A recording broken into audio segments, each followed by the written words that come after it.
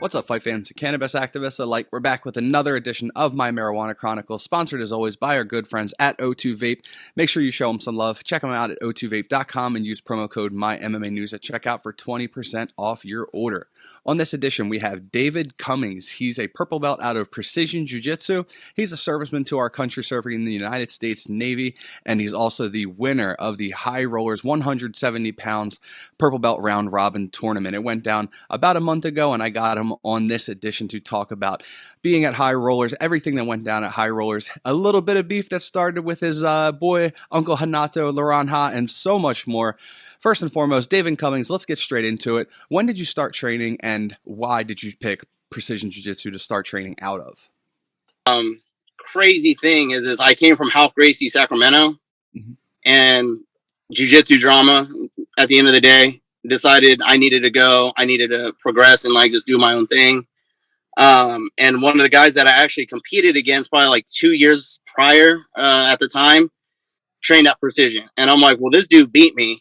I want to know what he knows so I can be better. And so like before that, I would go there like once a week on their like open mat days and whatnot, train on Saturdays. Also, they had Sarah McMahon, who does their wrestling, part owner. So I trained there a little bit and then full time back in January. And to be honest, I think it's the best thing I could have did. Just different bodies, different atmosphere, and everybody that I compete with, you know, in the gym every day. You know, I feel like I'm fortunate to like show what I can show because those guys are better than me. And you know what I mean? Like, so I said Precision, probably one of the best things that I did recently out here, just switching gyms and just getting that new knowledge. So I want to talk about your experience with the service, which obviously, first and foremost, thank you for your service. You were in the Navy and you were a parachute rigger. Now, I want to go ahead and say that I've gone skydiving once, and I was straight just stalking the person that was packing my parachute, man. Like that is that there has to be so much nerves that go into that. Can you explain what your duty was in the service? So my job title is a little misleading in a sense because like it's air crew survival equipment man or short parachute rigger. So we do inspect parachutes. But depending like where I was stationed at VRC 30 in San Diego, and they're a COD squadron. The guys that would inspect the parachutes worked at a big shop because you need that space to unpack parachutes and whatnot. So what I would inspect was like their regular masks that they would wear, you know, while they're and stuff like that. Their MBU 23s, survival rafts. We would have to inspect those, their daily equipment, stuff like that. That's the kind of things that I inspected. But yeah, I was fortunate. I didn't have to do any parachutes. I did one parachute in school that we did, and you would not want to play. I would not pull that cord. I had blood on that parachute from my own hand trying to pack that thing tight. Everybody was safe because I didn't have to pack any parachutes in my time. Let's just say that. So it almost seems, like I said, risky discussing it. I was telling you this a little bit off record, just being a serviceman and also talking about cannabis. But you being in California, I know that, you know, everything is 100% legal out there. So everybody has their different story. I'm always interested to talk to the athletes and talk about why they got into their personal venture. Because again, everybody's different. What got you started in cannabis?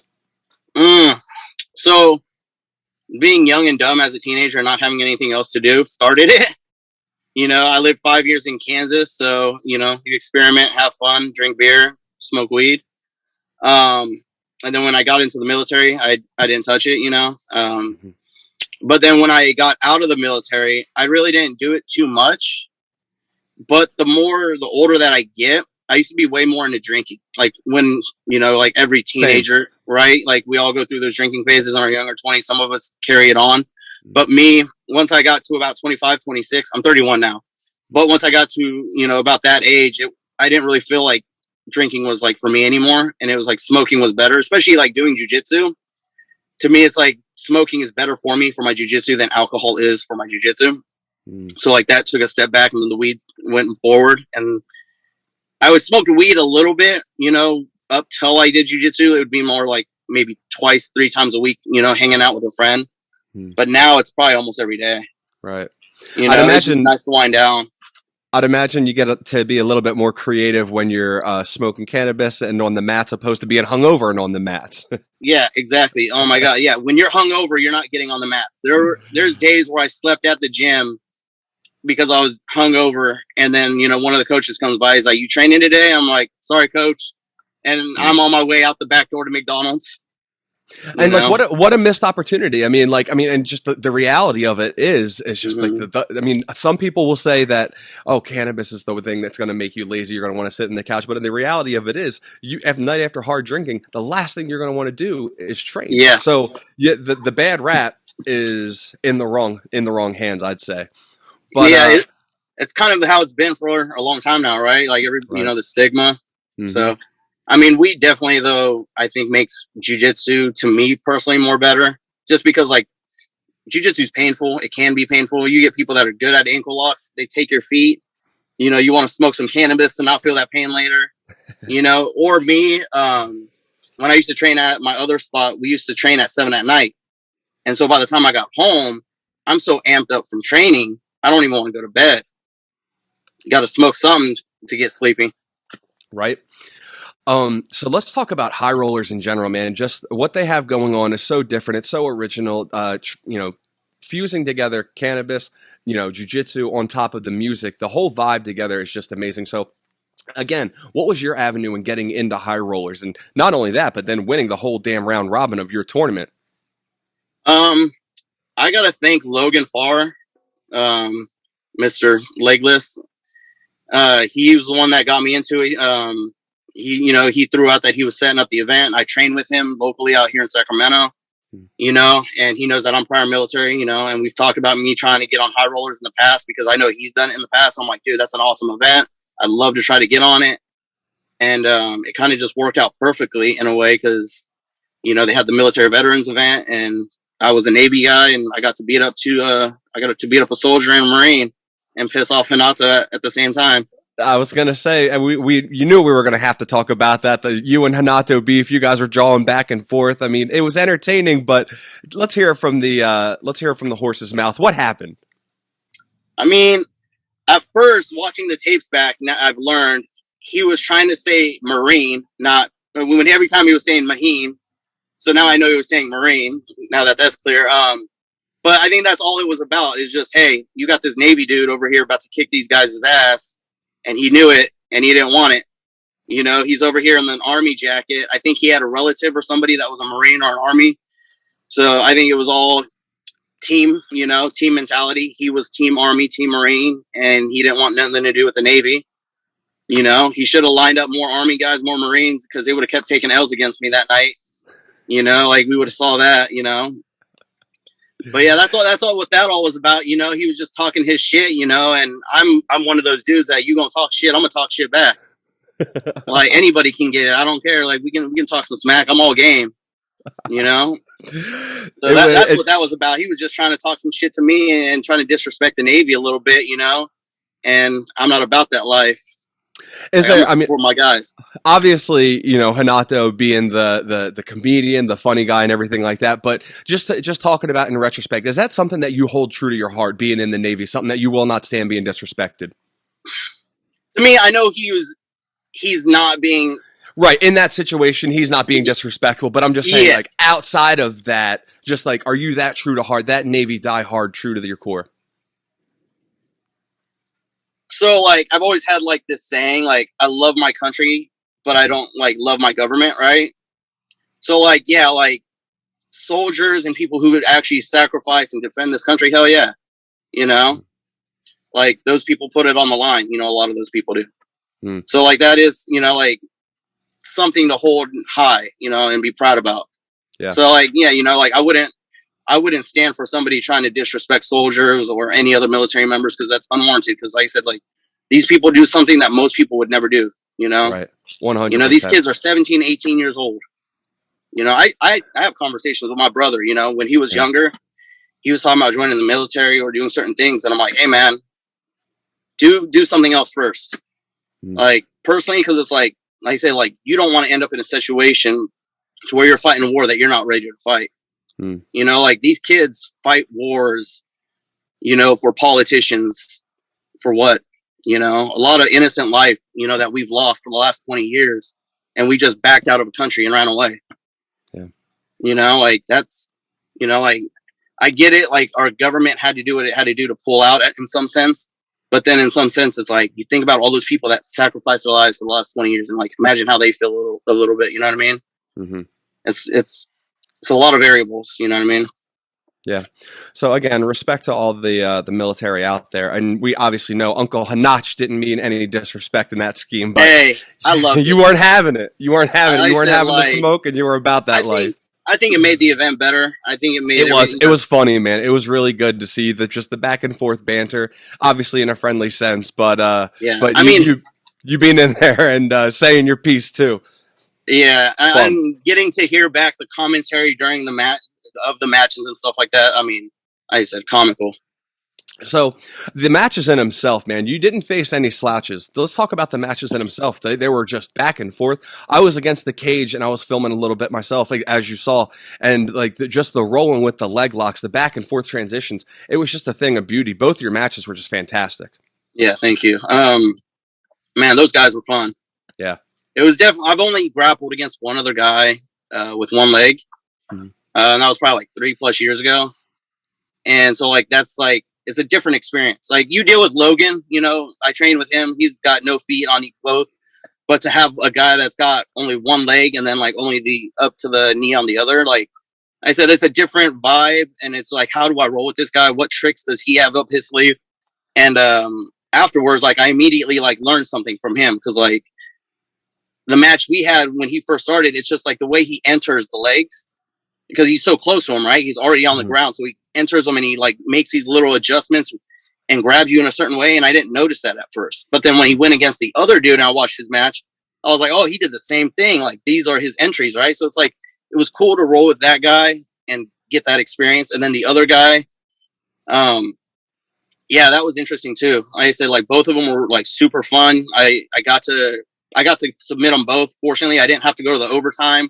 Yeah. I was not looking forward to overtime because that's never fun. Because say you're winning a match and then you end up losing in overtime in a position you never even had in the match. That kind of sucks. Yeah.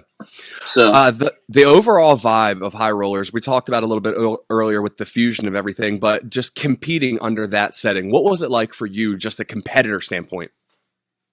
It was different. I mean, it was different in a good way though, because like normally when I have to compete and I want to smoke weed before I compete, I got to go to my car, scurry out to the parking lot. Yeah, exactly. Get all the homies like, hey man, let's go take a couple rips. And then you got to go back in the event. You got, I think his name was Matt, you know, like out there passing out joints on the mat, you know, smoking Mighty with Matt Stout.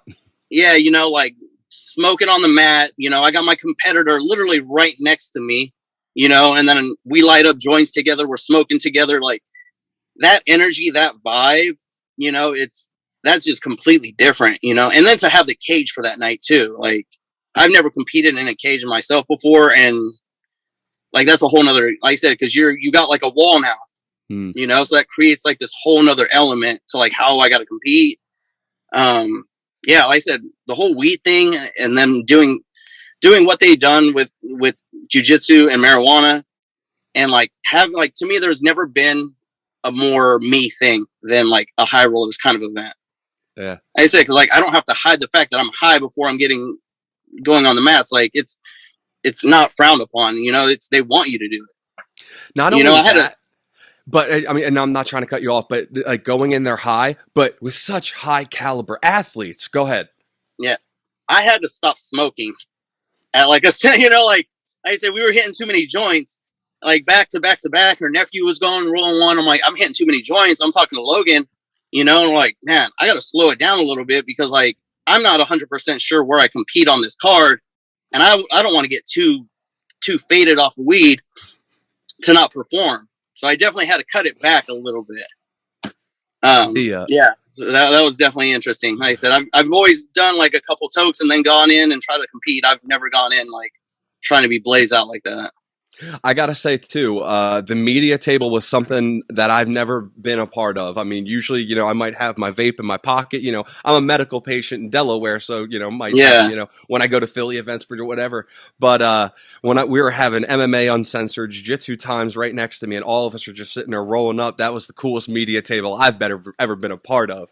Yeah. So the event, man, it was something else, man. So when are you looking to get back on one of their cards?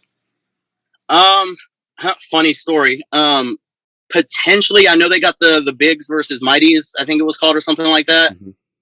I might try to make it out there for that. I'm trying to talk to my girlfriend because she's got some stuff potentially going on that same weekend. So I'm like, well, if we're going to go to Vegas that weekend, let me see if I can compete that weekend. So I'm trying to figure that out. I would like to see if I can get on that, be one of the big guys, for that with my 175 frame. Yeah, so I'm trying to get on that. If not, I told Matt, I was like, hey, anything in the future, I'm game. I don't care who it is, any day. It almost makes me wonder, like you said, with the 170-pound frame, you could almost bulk up or you could almost cut, right? I mean, like you could go either way on Big or Mighty Matt's team. Hey, I'll take Team Big. Give me some. I'll take Team Big all day. And I don't. Like I said, I'll go on either team. It doesn't matter. Like I said, just being at the event, and competing on that stage. Like I said, that was an experience for itself. So like anytime they need a guy and I can make it, I'll definitely come out there.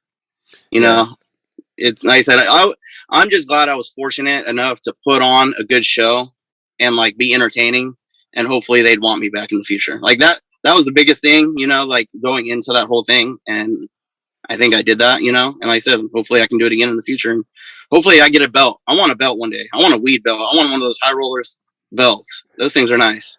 The highest motherfucker belt. Hell yeah. Did you get a chance to hold one of those belts? Dude, that thing has some weight. I was hanging out with Lon ahead of the event, and he's giving me a tour of the whole facility, and he brings over the belt and just drops it. Bro, I was not expecting that much pounds inside of a belt, and like the lining of it. I'm telling you, you got to get yourself one of them. So definitely, man. I'm telling definitely vie for it. But you know what? You're in a great place to vie for it because you having that purple belt win in the round robin bracket. Obviously, 2 submission stoppages, and it was entertaining on top of it. So plenty of arguing points to get back on another High Rollerz in the future, my friend. Yes, I hope so.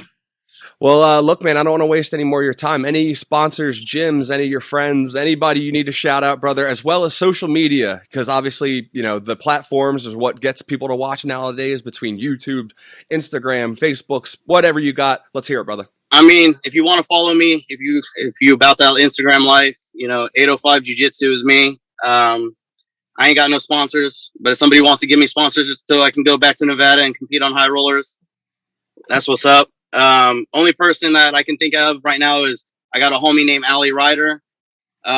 She's going to be working her way up the mountain in the MMA scene. She's got like a fight coming up December 12th with Lil Amy. I just got done training with her husband a little bit ago. He was giving me some massage, fixing my back. But yeah, that's it. All right, brother. Well, it was a pleasure to have you on. I look forward to pumping this out, and hopefully we can talk in the future. Again, man, congratulations. It was 2 hell of amazing performances, and every bit deserved with those 2 bongs, even though we didn't get to get into this. So actually, before I let you go, you got those 2 bongs, but you only took 1 home. Let's hear that. I took 1 home. I'm smoking it. I'm using it as my main bong right now. I got to at least show it off to my aunt and uncle. We talked about that earlier, talked about like events, right? That was the first event that I think I would actually want my family or like friends and like to go to, right? Because normal jiu-jitsu events, IBJJF, like they're super formal, right? Like they're for jiu-jitsu people.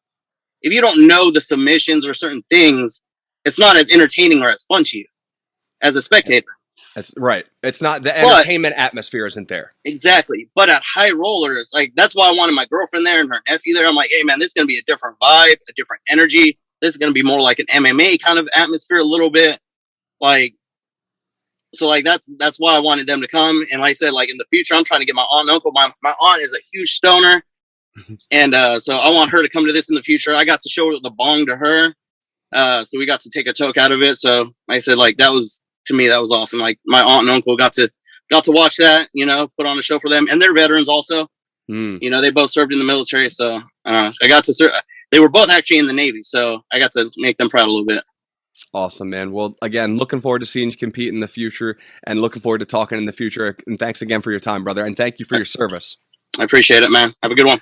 There he goes, David Cummings. He won the Purple Belt Round Robin Jiu-Jitsu tournament at High Rollerz War Games. It went down just a little bit over 2 weeks ago, and I was fortunate enough to have him on this episode of My Marijuana Chronicles via My MMA News. For David Cummings, I am Adam Christ. Make sure you keep it locked to MyMMAnews.com for all your fight news needs.